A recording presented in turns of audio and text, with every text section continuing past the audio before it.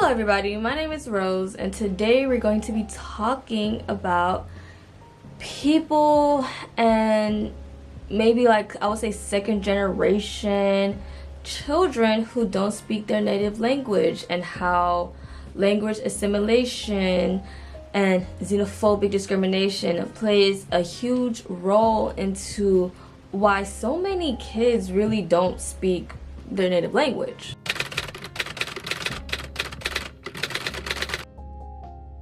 So for the intentional parent,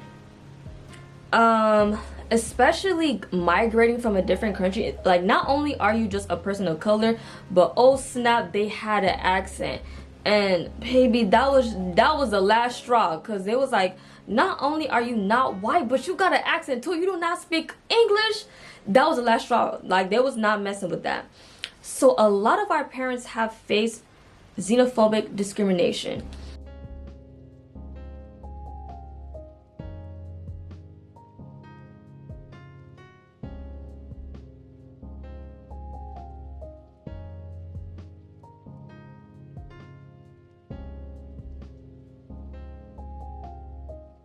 So if we combine those, basically it was that people who are coming from these different countries, who are migrating, who have, not only do they look different, but also they speak a different language, they dress differently, they eat different foods.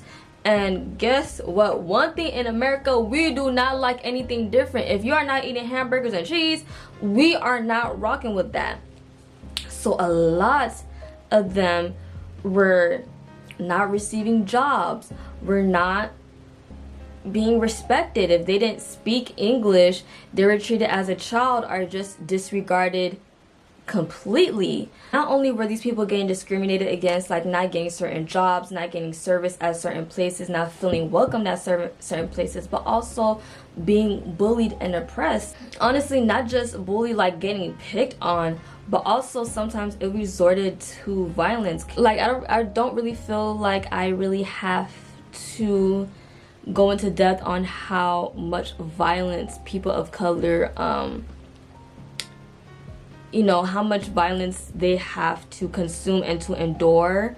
It's January 1st. For the last almost 100 days, we have been seeing how Palestinians have been treated, and not how only have they been getting treated, but how others have viewed them of lesser than of people who are not deserving. And this is something that people of color all around the world have been experiencing.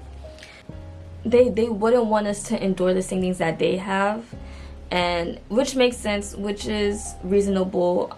If you could find a way for your child to have a safer life, to have just even more of a glimpse of a chance than you did, you will probably do everything in your power. And in that time, it was to not teach your kids how to speak your native language, because there was this thing where it's like, if you teach your kid your native language, then maybe they would have an accent. Even if they were born in America, they would still have an accent. So a lot of the parents was like, if we just cut that part out, our kid gonna be straight. So a second part of it for intentional parents, which I hear is like a very common thing, is learning abilities and how they feel like maybe their kids speaking an extra language that's not English would decline that. I've seen a lot of different TikToks, and even like I used to hear that a lot growing up, where it's just like, oh, like my parents didn't teach me Creole, or my parents didn't teach me Spanish, or my parents didn't teach me Chinese, because they didn't want that to affect the way that I'll be able to learn English growing up.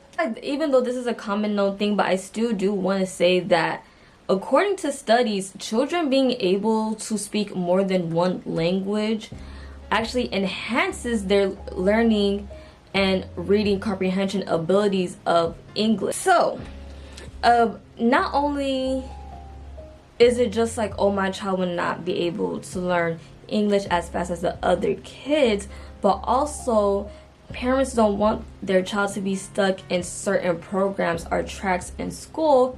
For example, ESOL. ESOL is a program provided in schools ensuring that students with limited proficiency in the English language receive understandable instruction. Now, of course, when you're listening, you're like, oh my gosh, like that sounds like such a great idea for like young kids to be able to be in a space where they are catered to and be able to get a chance to learn the English language in an efficient way for them. Yeah, so like anything like in any system, it sounds great on paper, but when you put it into practice, it does not work well. ESOL has almost said negative vibes. That's how you know my brain is deteriorating. Maybe if your kid is in ESOL, basically you just signed your kid's death wish, and basically they're never gonna amount to anything. That's basically the connotation to ESOL, because it's one of those tracks where babe, we're not gonna get out. Like it's like once you're stuck on that track of ESOL,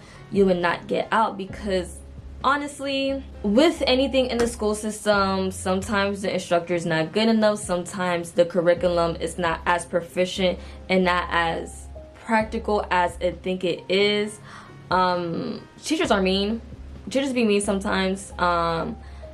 There's not enough funding, and also hard to expect a kid that doesn't know English to be able to read and write in English as well as a kid who is a native English speaker. Let me put a disclaimer, this is not me saying that people who English is their second language are not able to read a proficient way. That is not what I'm saying, but I'm saying sometimes in these ESOL groups, the curriculum is not favorable to the students. So a lot of these times, these students don't ever get to leave that track because they can't pass the FCAT or any state testing. So since some of these kids are in like this program that is really not working as well as it thought, like it's not giving what it thought it was giving, a lot of these kids stay in this ESOL and remedial track, which, you know, could hinder students, you know, school career completely. You know, we've always been growing up that, you know, you should always try to be in honors or take AP, because remedial classes are looked down upon. And sometimes I think in certain schools, remedial classes are not even the same credits as a regular class. So, because I remember, because especially, listen, this is coming from someone who, baby, I've taken a lot of remedial classes in my time. And I could tell you, personally speaking, like, when you are in a remedial class, babe, you are not learning a damn thing. I have been in so many remedial classes where it's like, it's supposed to help us, and baby, we were scratching our butts in those classes. So, if you're not able to pass the state testing, you are caught in this cycle of remedial classes. And it always seems like from remedial classes that they almost give you the worst teacher that they could think of. Like, if it's a remedial class, why is the PE teacher like trying to teach us math? Like, what's going on? And I feel like, you know, with a lot of these schools, these are the issues. They are not, you know, maybe they can't afford to get someone who is as proficient to be able to lead and instruct these kids in ESOL. So they often get put and stick into these boxes, which hinders them ever since, you know, elementary to high school. And also, I think there are some colleges that offer ESOL courses. Being continuously on this track where you're always feeling like you're left behind, you always feel like you can't understand things, this could be a downer and a hindrance onto the child's education. The child could no longer feel this desire and this push and this passion to want to learn more, because they don't feel like they're seen and they're being catered to, and they're actually being promised the promise that they have been made when they got into the school. And the large basis for a lot of these parents who have migrated to the US is so that the kid could get a great education. And so if a lot of these parents know, and like word goes around that ESOL is not it, you do not want your kid in ESOL, of course a lot of these parents are like, well, what's the biggest thing is that these kids are trying to speak a multiple language, so they don't teach their kids their native language.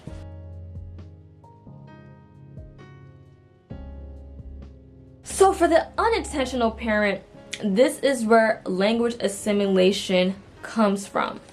For those who don't know what language assimilation is, this article defines it as a one-way process whereby members of ethnic groups acquired English and abandoned their mother tongue, with the endpoint being English monolingualism.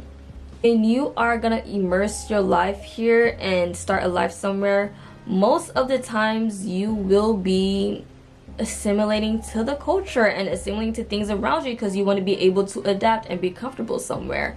And with moving to the US, one of the things is that, hey, everybody's speaking English and I need to be able to communicate with people. And that's one of the things that my mom has brought up, is that there needs to be a necessity for the language. So for me, growing up, when I was growing up, everyone in my house speak English. Even my great-grandmother, you know, she knew a few words in English. I knew a few words in Korean, and we was making it work. But basically, it was that there was not a really necessity of me needing to know how to speak Creole, because everyone in my family spoke English. And kind of like same for her, like when she goes to work, everyone speaks English. When she goes to the supermarket, everyone speaks English. Everywhere she goes, everyone is speaking English. So as you know, time was going on, her necessity of having to speak Creole every day was not as needed as when she used to live in Haiti. And I feel like the part of that part also plays into not being in your community. A lot of people who migrate, they're not always surrounded by people who are from the same ethnic, you know, culture and background as them. As for me, I live in Miami. Everywhere I blink, there is someone Haitian. So I am very grateful for that, but a lot of people don't get that same opportunity. So that makes the necessity even close up even more, because guess what? It's like, okay, everyone at home speaks English. We go everywhere, everyone's speaking English. The necessity of speaking our native language is no longer needed.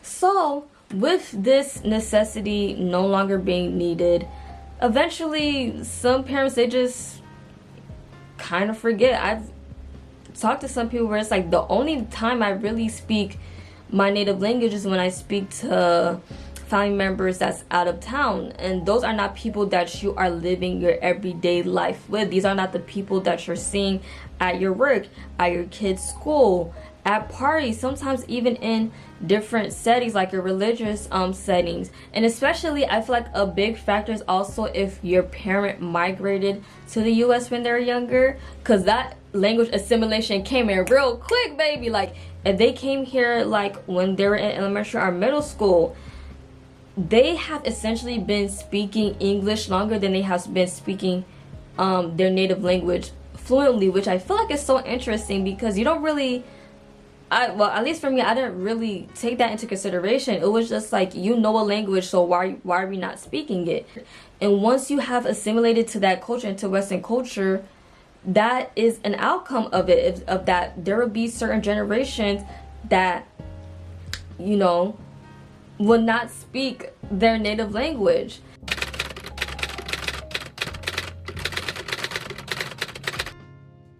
The aftermath of not being taught your native language is usually shame. Constantly being criticized and questioned by others in your community can plant a seed of doubt within you. Having to carry the load of negative connotations that come with not speaking your native language can also be discouraging. Things like, you think you're better than us because you don't speak the language. You don't speak the language because you hate your culture. Or simply, you're not blank enough. These negative connotations are usually stem from people not understanding how you're not able to understand a language if you're in a setting where the language is being spoken frequently, or how you can understand a language but not speak it. A quick physiology lesson for you guys. In the brain, there are two main parts that contribute to language development. In the left frontal lobe, the Broca's area is responsible for speech production and articulation. In the left temporal lobe, the Rechnus area is associated with language development and comprehension. So speaking a language and understanding is not the same thing, and both need to be practiced in order for a language to be truly mastered. This shame can cause people to close themselves off and stop trying to learn the language altogether. Shame from others in your community can make you feel left out and that you're no longer welcome. Now, with that shame, it causes insecurity in people. Some people, they don't feel like they embrace their culture enough. Some people, they don't feel like maybe I'm not Haitian enough, or maybe I'm not Asian enough, or maybe I'm not African enough to be in certain spaces. Insecurity could, really, affect people and make them even stray away from their community even more, because they feel like, well, like they're not gonna welcome me here, so I might as well shy away from myself and then take part in the culture or in the social settings that I'm more aware and comfortable with, which is what? Western. Now, on the other side of insecurity, there's self-hate. Ooh, y'all don't want to talk about that, but we are, because here we are going to hit the heavy hitting topics. Thank you. Self-hate in the meaning of that you start to hate yourself and where you come from. And as media shows us, we see these people who are like the Uncle Toms, are the people who are trying so hard to like communicate themselves from their actual culture. It's such a sad thing to see, especially in people of color, because it's just like you trying to rip away your culture. It's a different feeling of being surrounded by people who get like the nuance of certain conversations and get like certain jokes and eat the same food as you and listen to the same songs that you have. It's such a beautiful thing, and it's honestly such a sad thing to see people hating themselves and wanting to not be a part of that. And that is a great segue to the next and final part of this video, which is, if you do not speak your native language, are you whitewashed? I feel like before I could even answer that question, I feel like we should kind of make a certain basis of what does whitewash even mean? Like, we say it so much, we've seen it thrown around so much. What does it really mean?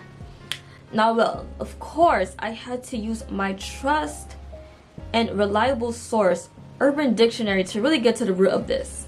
Whitewash is a derogatory term used to describe a minority who has assimilated with Western society.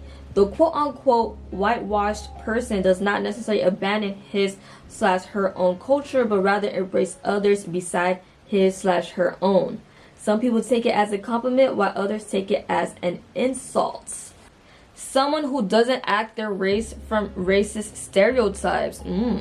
These three that I've picked out, one of the biggest common factors is the fact that you are assimilating to Western culture. Another one of them, which was the second one, that says people don't act from their racist stereotypes. And I have heard this take that calling minorities whitewashed is not fair, because just because someone doesn't act like certain stereotypes, that doesn't mean that they don't embrace their culture. My take on that is that there are definitely people who garner the racist things that they have heard and have tried their best to do the exact opposite.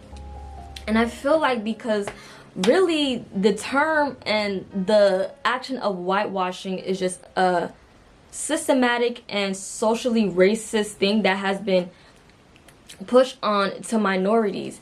We are growing up hearing that the very culture and the very person of who you are just based off your look is ghetto, is ugly, is not attractive, they're not smart, sometimes even demonic, and that some people, like these people, where you're from, are looked as lesser than. Of course, like, some people, they have the strength and the will to be like, no, like, I'm gonna embrace my culture no matter what. But there's a lot of people, they don't have that confidence, or they don't have that community where they feel like they could be themselves. They feel like they need to assimilate to this other thing. So with that being said, on that statement, I am saying wholeheartedly, just because you don't speak your native language, that doesn't make you whitewashed. I think sometimes we really forget how much racism is rooted not only into our education, but into the workforce and into hospitality and into everything in this damn country and in other countries, that some of these things is kind of just so hard to beat. Like, for example, language assimilation. There's not a lot of places, maybe now there's like, I live in Miami, so there are certain places where it's like everyone who's working here only speaks Spanish, but there's not a lot of places like that in the US. It's still taboo to be speaking a different language on in public. We've seen so many videos of Karens and of racist people going up to people saying, don't speak that language, don't speak that damn Spanish in here, because you're in America, you're in the US, and unless you want to speak that language, you better go back to where you came from.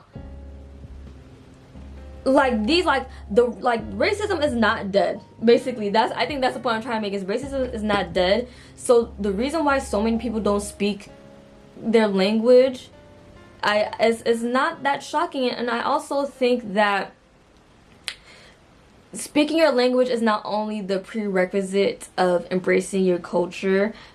Even though language is the foundation of a lot of cultures, there's so many other things to embrace, that just because you're missing out on this one thing doesn't mean that you're this whitewashed person that hates your whole entire culture and you wish you could just scrub your skin away from it. I don't think that's necessarily true. Like, being judgmental about these things are not nice. Like I've said, people, you want to make people feel welcome into their culture, and trying to shame people and to be mean because they don't speak their native language will honestly not change anything. It will not encourage the person to want to speak their language. The fear mongering, the shaming, the making fun of, it's not gonna work. It's like, you think maybe if I pressure this person, they're gonna want to be a part of it, but what you're really doing is shaming people away from their culture even more. So I feel like overall, as a community, we should create a safer space for people to feel comfortable, to want to be able to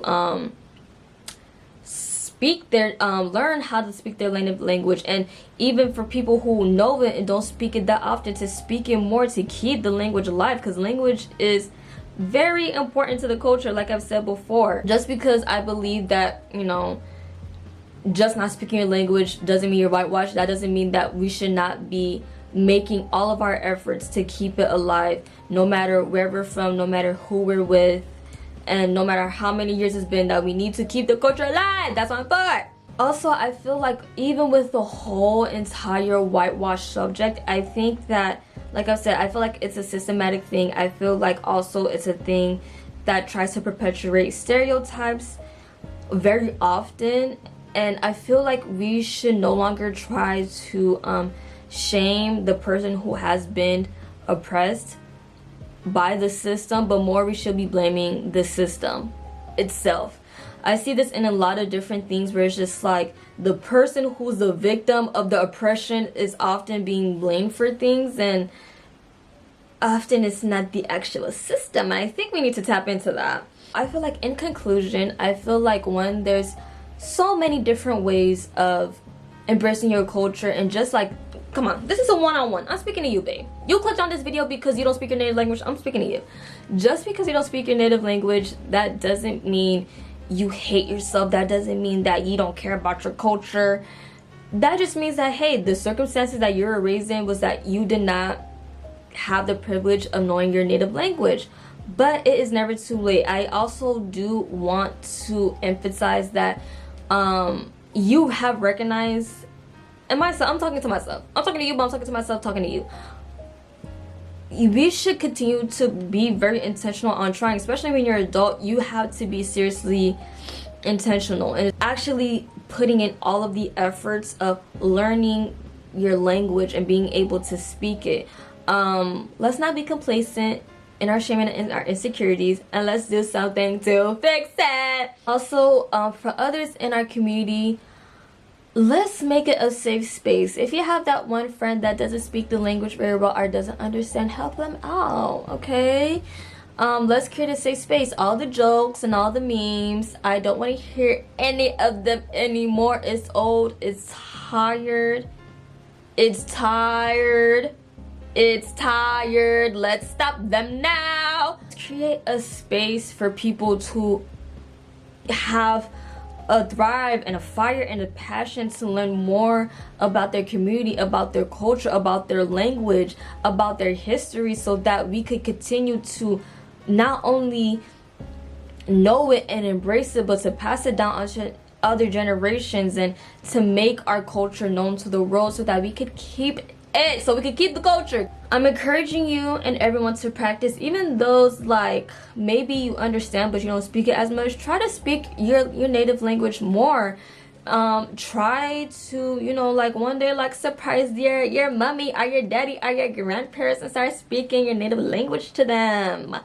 You know, let's continue to keep it alive. Let's continue to build that necessity, the need of our language, the need to communicate with each other, and so that we can continue to learn and grow together, because that's what we need to do.